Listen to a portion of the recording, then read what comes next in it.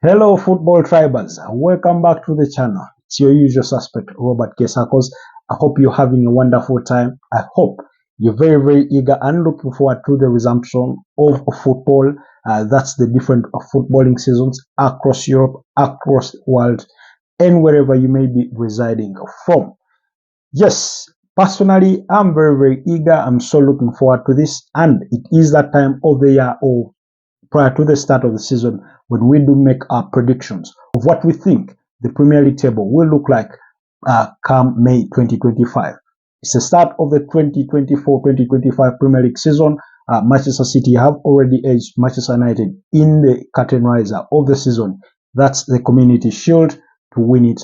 And now football gets underway on Friday night on the floodlights when Manchester United play Fulham, and then other fixtures, of course, will proceed in the weekend. The likes of Liverpool will be in action on Saturday's early kickoff. Arsenal will come in the mix there, but also on Super Sunday, we'll have Chelsea playing against Manchester City. So the season is before us. So without wasting any further ado, here is the tough time of predicting the Premier League table for the 2024-2025 Premier League season.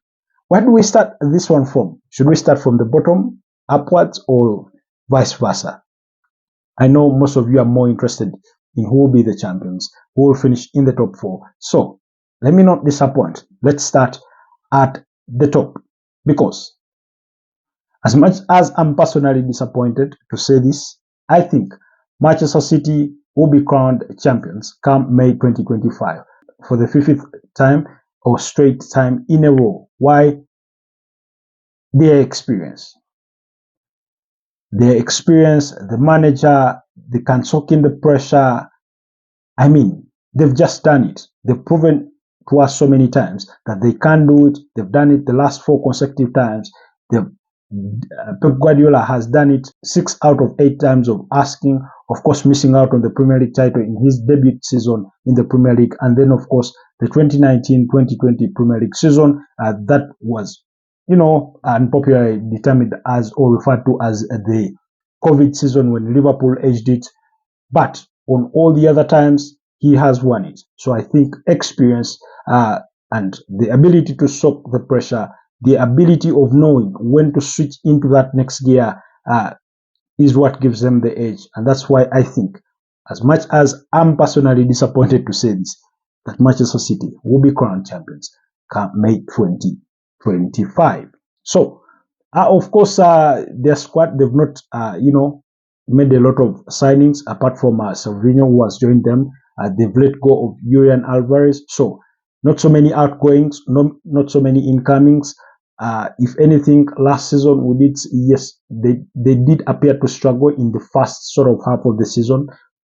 What was their kind of struggle again? They were winning matches, but of course not so convincingly, not with plenty of goals being scored.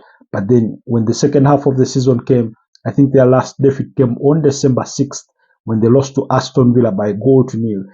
There was no looking back for them. I mean, yes, they do a couple of games they were in against Chelsea and Liverpool and all those kinds of things against Arsenal, but they never wore down in pursuit of that Premier League title, and eventually they were crowned champions with 2 points better than runners-up Arsenal. Now, speaking about Arsenal, in number 2, I do think that the Gunners will come second come May 2025. Reason being, possibly is because of the pressure, the enormous pressure that is going to be on their shoulders. If anything, everybody is looking at Arsenal to be champions. Not because they wish them to be champions, unless you're an Arsenal fan or otherwise, or you're a neutral person.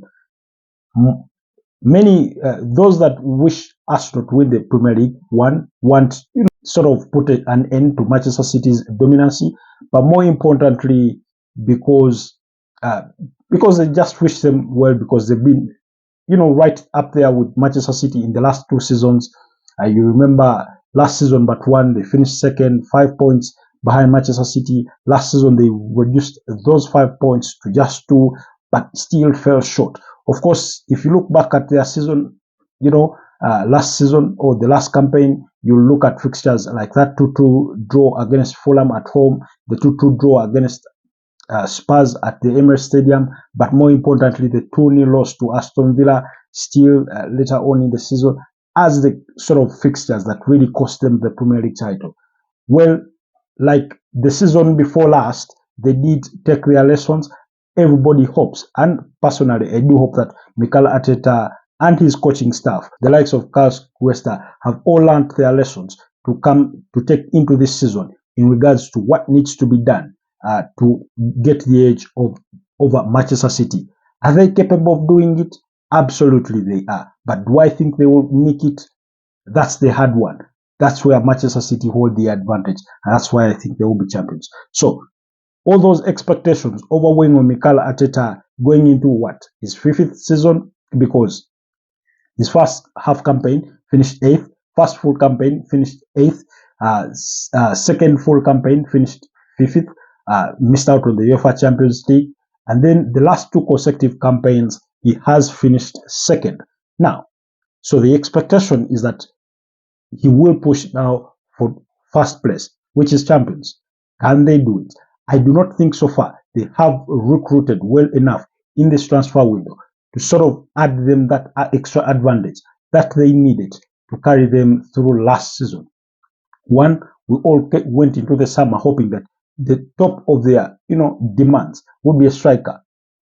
Why? Not because they had failed to score goals, because they managed to score plenty of them last season, but in moments when it mattered the most, when they needed that cutting edge of a striker, they fell short on so many occasions. So because of those gaps there, we all remember it was Edin Nketiah leading literally the forward line in the first half of the season. He did score 5 goals all throughout the campaign, including one being a hat-trick against Sheffield United. So overall, the expectation was they would go into the market, identify a striker, and they have been linked to plenty of those, including the likes of Alexander Isak at Newcastle, Victor Gyokeres at Sporting Lisbon, Victor Osimhen at Napoli, among a few other names that have been mentioned in those ranks. But they have yet to sign any. Nonetheless, that can still change because the transfer window is open, and allow me add a footnote that some of these predictions could be subject to review at the closure of the transfer window, because a lot of business may happen between now and then and the closure of the transfer window that could tilt the scales in the balance of other teams or in the favor of other teams. So let's bear that in mind. So clearly that's the kind of picture. And then I also do think they needed a central midfielder. Why? Because Jorginho, of course, is come of age. He's still a quality player, but you cannot, I don't think you can really rely on him, match in, match out, especially when you're playing a high level in the Premier League. You have the UEFA Champions League to call onto your demand, and then the FA Cup comes in there because we all know Mikel Arteta wants to win, so he tends to assemble some of his best teams even in those cup competitions. So following the departure of Mohamed Elneny, Albert Sambi Lokonga, who has since joined Sevilla, despite the fact that he was on loan to Luton Town last season, and then we all know Thomas Partey is always 1 to 3 matches away from injury, usually a long-term injury or 2-3 weeks injury that then sort of stumbles away his season. And so really, injury-wise, he has become unreliable. Whereas on a fit Thomas Partey is arguably one of the best central midfielders there is in the world at the moment, or even in the Premier League, so to speak, depending on which way you look at the argument. So I do think that they do need somebody in there, in that holding midfield role, but also that left 8. Then again, I thought maybe they need somebody there. Yes, they are tracking Mikel Merino, but that one is not yet done. So I do think that there is quite a number of pieces that they needed to fix or to fit into that team in terms of rebuilding that squad to make it much more stronger to go ahead and challenge Manchester City. And like they've said themselves, like David Raya said before, like Mikel Arteta said, one ought to be perfect for them to beat Manchester City. If you're going to dethrone Manchester City, you ought to be perfect. Literally, that's what it took Liverpool for them to win the 2019-2020 Premier League title. So that's the context around my prediction that Arsenal could eventually finish second at the end of the season. All the pressure is going to be on them because you've been there twice, finishing as runners up. Now is the time to switch into that last gear for you to nick it off Manchester City. So the pressure could weigh in on their shoulders. Never mind that some of their players are still young players. So, and then in third place, I do think it will be Liverpool, despite the departure of Jurgen Klopp. I do think that Arne Slot has been, he's sort of the perfect replacement. One, he sort of plays exactly like, you know, how Jurgen Klopp wanted his team to play. We've seen they've not been very active in the market. In fact, they've not yet signed a single player, but they've sold, I think, Fabian Carvalho to Brentford. So they've not really been active in the market because they are rest assured of their squad. They are in the market to search for a central midfielder, a holding midfielder. Their sights were set on Martin Zubimendi from Real Sociedad, who was also a target for Arsenal, but Martin Zubimendi has said no to Liverpool and he will be staying back in Spain at Real Sociedad. So they do need to find somebody there to help the likes of Wataru Endo in that in midfield. Remember last summer they did sign Ryan Gravenberch after missing out on the likes of Ramel Lavia, who joined Chelsea and all those things. So they are in the market to find that holding midfielder. Nonetheless, I do think with the striking line of Mo Salah, when you have a Luis Diaz in there, when you have a Cody Gakpo, when you have a Diego Jota, when you have a Darwin Núñez, that midfield of Dominic Szoboszlai, Wataru Endo, Ryan Gravenberch, I do think even despite the departure of Thiago Alcantara, who they largely missed last season through injury, they still have quite a solid team to compete and finish third in this Premier League season. So in terms of changing style of play, not much has really changed, and yet Jurgen Klopp had already embarked on that journey to try and revigorate that team, to try and rebuild it. And then, of course, the likes of Trent Alexander-Arnold, Andy Robertson are all still available. You still have your Joel Matip, your Ibrahim Konate, Virgil van Dijk, although he has entered into the final year of his contract and is yet to put to paper on a renewal. He still remains unavailable, captain. You have Alson Ramsey-Baker, very definite goalkeeper in there. So I do think they really have the tools. Not to mention you have the likes of Harvey Elliott, although Curtis Jones, these kinds of young players, these kinds of youngsters that were called on to last season to try and push the likes of Chelsea to the wire in that Carabao Cup final that they eventually won. So clearly, they do have the squad. They do have the right manager. Although he's still new to the Premier League, it's not to say that he won't be challenged. But I do think that the players he has are well experienced at this level of the Premier League to help him push his agenda forward. So that's why I do think that Liverpool will finish third on that Premier League table.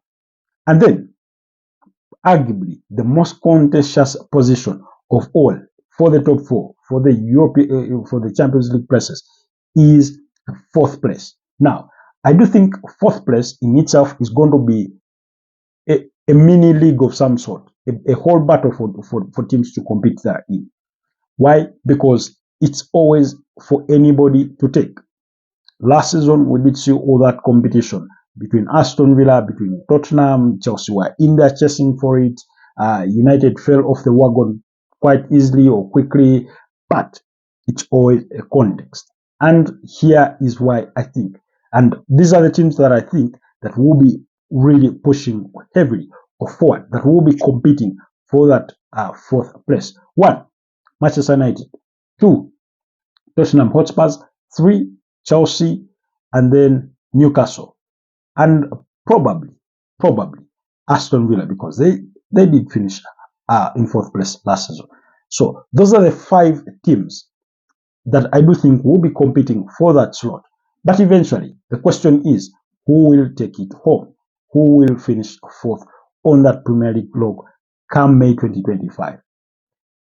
If you ask me, against my better judgment, I'm going to go with Manchester United for one or two reasons. One, they are very active in the market. They are fixing the problems that they knew they had last season. Last season, their problems were mostly defensively. Yes, they weren't scoring so many goals either, but overall, they did have to contend with so many injuries. They had a new striker in Rasmus Højlund, who you couldn't ask too much of, and all that kind of thing. So they did struggle with so many injuries. So overall, they ended up struggling throughout the season, had to bow out of the UEFA Champions League. And yet, somehow, they managed to end the season with a piece of silverware when they beat Manchester City in that FA Cup final to lift that title. If some of you remember, back then, if you can scroll back on the channel and find that video where I made the argument that it could have been that it was argued that Manchester United had a better season as compared to Arsenal, because for them they ended up with a piece of silverware while Arsenal had nothing to show for their season. But anyway, we'll keep that debate on the sidelines in case you want us to review it. So, because of the pressure that Erik ten Hag will be under, one, from his new bosses, that's Sir Jim Ratcliffe and the entire Ineos group, they've chosen to trust him to go forward with this project, despite his misgivings last season, seeing the team finish 8th on the Premier League log. They weren't happy with that, but they also understood the environment and context within which they operated. There's a whole Carrington rebuild that, is underway. Old Trafford has been refurbished. They're considering building a new stadium, but that's all besides the point. But they knew they had challenges in defense, so they've gone ahead and signed Leny Yoro there, who unfortunately suffered, I think, a broken foot, so he will be out for 3 months, so he will miss the start of the season, but very, very good youngster in the signing there. They've signed Matthias de Ligt, the Dutch international there, very brilliant defender, has won the league title with Ajax, with Juventus, and with Bayern Munich. So he's come to Manchester United. They've gone to the right back position, and signed Mazraoui. They had to let go of course, Aaron Wan-Bissaka, who they thought, while he was effective defensively, he wasn't so good, in the overlaps, giving them that good final ball when he goes forward. So they found a solution for that. At left back, there's still a few question marks there because, again, 𝐕𝐈𝐃𝐄 is reported that will miss the start of the season through, I think, a hamstring or a calf injury. I need to cross-check the fact on that one, but he is injured. So, but then you have a Diogo Dalot that can be slotted in there to, play that position, because we do remember last season they had to go to Tottenham and get Sergio Reguilón on loan for only half of the season, then pushed him back because he wasn't living to expectations, and I think he ended up at finishing his season at Sheffield United. But that's all besides the point. So Erik ten Hag is going to be under a lot of pressure from his bosses to perform, to at least deliver a Champions League place finish, while also competing in the UEFA Europa League. A trophy which I think he could go on to win. Why? He's shown us that every season, regardless of how good or bad it may go, he's always destined to end up with a piece of silverware. And having won the Carabao Cup in your first season, the FA Cup in your second season, the Premier League would be a little too much to ask of him at this stage in his project build. But the Europa League, that's something he can go for, clearly. So, they are identifying the players. So, in that midfield, they're looking to sign Manel Agate, the Uruguayan youngster there, I think 23 years of age, from PSG. PSG is willing to sell. I know they have conversations with PSG about that, but also PSG are interested in signing Jadon Sancho for Manchester United, so that conversation is ongoing. They've signed Joshua 𝐔𝐶𝐿. So clearly, Joshua 𝐔𝐶𝐿 is a striker who they signed from Bologna to come and help Rasmus Højlund in that forward line, to help bang in the goals.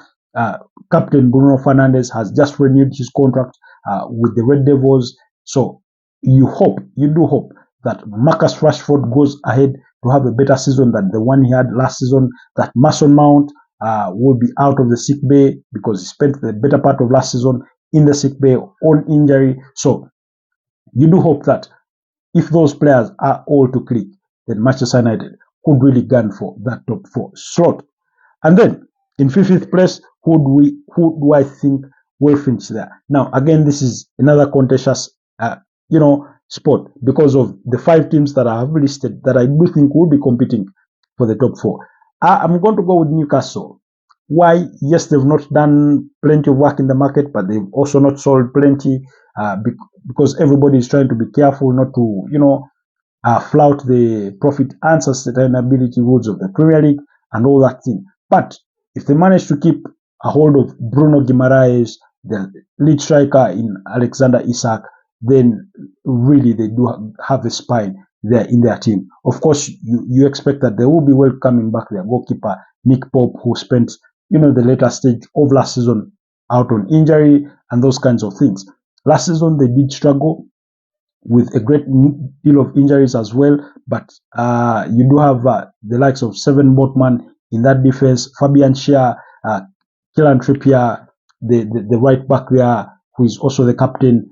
These are all experienced players, very defensively solid. You do have an Anthony Gordon in that, forward, lines there to give you, more goals. So I do think Newcastle, without the troubles of European football, they will have only the Premier League to concentrate on. No midweek disturbances, just play weekend after weekend and wait for the cup competitions, the domestic cup competitions, and also, give them a fair share of your goal and see how it goes. So I do think 𝐷𝐿 will be only focused solely on the Premier League, and that's why I do think that they will finish 5th on the Premier League table. In 6th place, I've struggled again with this one, and I do think Tottenham will finish 6th. Now, I know all of you are wondering, what the hell will Chelsea finish? Where will Aston Villa be? Yes, we are coming to those. But for now, I do think Tottenham Hotspurs will come 6th. Now, if there is any team that has proven us time and again that it can disappoint you in terms of what your predictions are, is Tottenham. Why? Because they often struggle with the last bend, or with the final bend of the Premier League. They can be impressive in the first half of the season and the start of the second half, and they're showing you signs of we can even gun for top 3 and all that. But in that final bend, they tend to struggle a bit. Sometimes they lose players on injury and all that. But I do also think that they do have a spine that can push them all the way to finish at least 6th. Because, in any case, they'll be in contention to finishing in the top 4. But my prediction is that they will finish 6th because you have a Christian Romero in that defense. You have Van de Ven, in that defense. You have Destin Udogie. You still have your Pape Matsa in that midfield. Yuvis Bissouma. You have James Maddison. You have all Son. Then they've signed Dominic Solanke as the other striker, or as the striker to lead that forward line, because Manuel Solomon struggled last season. He spent most of the season down through injury, so he's fixed that. Player that has cost them £65 million from Bournemouth. Of course, last season I think he banged 19 goals. So you do think that with that feeling of the likes of Dejan Kulusevski, James Maddison, Son creating all those chances, Dominic Solanke can go ahead and score plenty of goals for this Tottenham side, and they can compete for at least the top 4, but eventually finish 6th. Then I do think they're going to be playing Europa League football, so that could be something that sort of puts them on the edge, but eventually you do think Ange Postecoglou will be able to steer them through the season, and they finish 6th. In 7th place, I do think Chelsea will finish in 7th place. Why? Now, Chelsea is, first of all, new manager Enzo Maresca was at Leicester City last season. huge step up in terms of club profiles and the expectations around both clubs. Two, you have a huge or a very large pool of players. Last I checked, they had about 45, first team squad players, including 7 goalkeepers and all that thing. So, the next phase of the transfer market, while they are still signing more players, including the drama going around with Conor Gallagher and Atletico Madrid, then Suma Omorodion, of course, that deal falling through, and then now they are negotiating for João Felix, with the opinion that if they sign João Felix from Atletico Madrid, then they can let go of Raheem Sterling. So they still have a lot of work to do, one, to trim their squad, but then regardless of that, whatever squad remains behind could give Enzo Maresca a bit of a headache to keep some of these players happy in terms of playing time.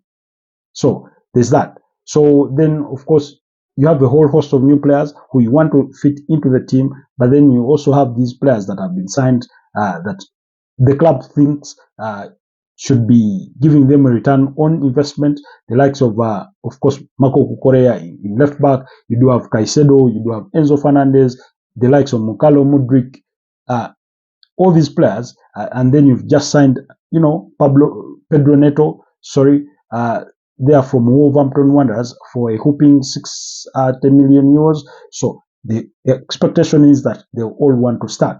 Then you've signed Mark Gui, although not expensively, but he will want playing time. You have a Nicholas Jackson waiting to play. You have a Christopher Nkunku. So eventually, in the mix of all that, of all those so many players, in wanting to build a formula, a structure with which Chelsea play, which we've all seen they want to, be to do the high press and be very combative at the same time, you do feel that it may take a bit of time for some of these players to grasp the ideas of the manager and implement them perfectly on the pitch, and then the whole environment at Chelsea.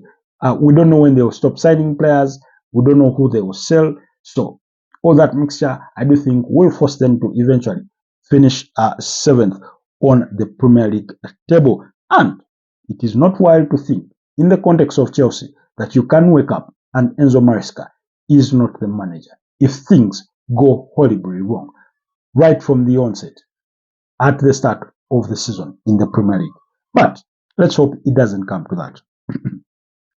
And then in 8th place, I do think it will be Aston Villa. Why? Why Aston Villa? Why am I putting them in 8th place? And yet last season they were arguably the team of the season, or the outliers of the season. They finished 4th, qualifying for the UEFA Champions League for the first time since 1983. And Unai Emery doing wonders. They've signed a whole host of very good players. They've signed Ross Barkley from Luton Town, who was very, very decent. Last season they've signed Ian Maatsen from Chelsea. They've signed Amadou Onana from Everton. So all this new blood that they managed to bring in after losing, of course, the likes of Moussa Diaby, losing Douglas Luiz, who I thought was a very, very crucial player in their team. But again, they've signed the likes of Lewis Dobbin. They've signed Cameroon Archer from Sheffield United. So they've refurbished their squad, or they've re-injected in their squad, but they've also had to let some players go. Nevertheless, I do think that the demands of the Premier League, in combination with the demands of the UEFA Champions League, which has a new format, so bear that in mind, will eventually become a little too much to ask of Aston Villa to compete favorably at both fronts and eventually end up finishing in a very, very decent position in the Premier League, whilst remain competitive somehow, somewhere at the initial stages of the UEFA Champions League. We all know that teams tend to struggle, especially teams that are not accustomed to being in the UEFA Champions League, and they tend to struggle in the league. We saw that with Newcastle last season. They had their struggles, of course, in conjunction with the injuries that they were suffering and all that. So I do think that could cost them a finish in the top 4 or the top 5. So that's why I do think they'll finish. In 8th place. So anyway, that's my top 8. As far as relegation goes, I do think that Southampton will be relegated. I think they will finish 18th on the table. In 19th place, I think it will be Ipswich Town, while in 20th place, I do think it is Leicester City. Now, for the case of Leicester City, one, they are struggling to recruit new players. They already have, a big sledgehammer hanging over their heads because it is reported that they flouted the profit and sustainability rules of the Premier League. So eventually it could be judged that they have to be docked points. They have a new manager in Steve Cooper, formerly at Nottingham Forest. They lost Enzo Maresca. So players are going to have to adapt to a new manager and his playing style and all that, while they are unable still to sign all the players that they would have wanted to sign to help them compete in this Premier League season. So that's why I think eventually they could be relegated. Ipswich Town, it could be a little too much to ask of them unless the manager is not as big-headed as Vincent Kompany in terms of wanting to retain his every, detail of playing style that worked very well for him in the Championship, but may not really serve to his end in the Premier League. And then Southampton, overall, I just think they may not be strong enough. They may not have a strong squad to help them, finish in the correct position for them to stay above in the Premier League. So, as the three teams were promoted, my good guess is that they could be relegated, all of them, at the end of the season, come May 2025. So, those are my relegation predictions. Those are my top 4 predictions. Those are my top 8 predictions. Of course, in the mix there, or in between there in the table, I've tried to make other predictions to see how the overall picture will look like. So, without giving you the details of my analysis, this is how I've tried to arrange my table or predict my table for the other places. In 9th place, I do expect Fulham to finish 9th. Crystal Palace in 10th place. Those ones are under the charges of Oliver Glasner. He was starting to perform well towards the tail end of last season. Then we have Everton in 11th place. Why am I pushing Everton? Because of PSR rules last season. It's what cost them a good number of points that eventually saw them finish where they finished last season. Everton 11th, Brentford 12th place, Brighton and Hove Albion 13th place, while West Ham, I do think they will struggle despite all the signings they've made, despite the presence of Julian Lopetegui as their new manager. And then in 15th place, I do think will be AFC Bournemouth. I do think that losing Dominic Solanke is quite a huge dagger for them, unless they do go ahead and replace him with a very decent striker, for which there are not so many out there. And then in 16th place, I do think it will be Wolverhampton Wanderers. I do think then in 17th place, it will be Nottingham Forest. Now, of course, those ones are, like I did say, the entire table is subject to change depending on what kind of business all these clubs go ahead to do before the closure of the transfer window. Because I do think Wolverhampton Wanderers have lost a really crucial player in Pedro Neto, so there's a lot to think about there. We do not know if Everton will be able to keep a hold of Gerard Braithwaite by the end of the transfer summer. He was a big target for Manchester United. At the start of the window, clubs reports say that there are a good number of clubs quoting Dominic Calvert-Lewin, oftentimes injured, but a very good. Not very good, but decent striker, fairly decent. So that's the prediction for my Premier League. If in case you want a run through of it, it's Manchester City, Arsenal, Liverpool, Man United, Newcastle, Tottenham, Chelsea, Aston Villa, Fulham, Crystal Palace, Everton, Brentford, Brighton, West Ham, Bournemouth, Wolves, Nottingham Forest, Southampton, Ipswich, and Leicester City for the relegations. Do let me know if you agree with all those views, all that analysis, all those points. Where you disagree, do not hesitate to let me down in the comment section.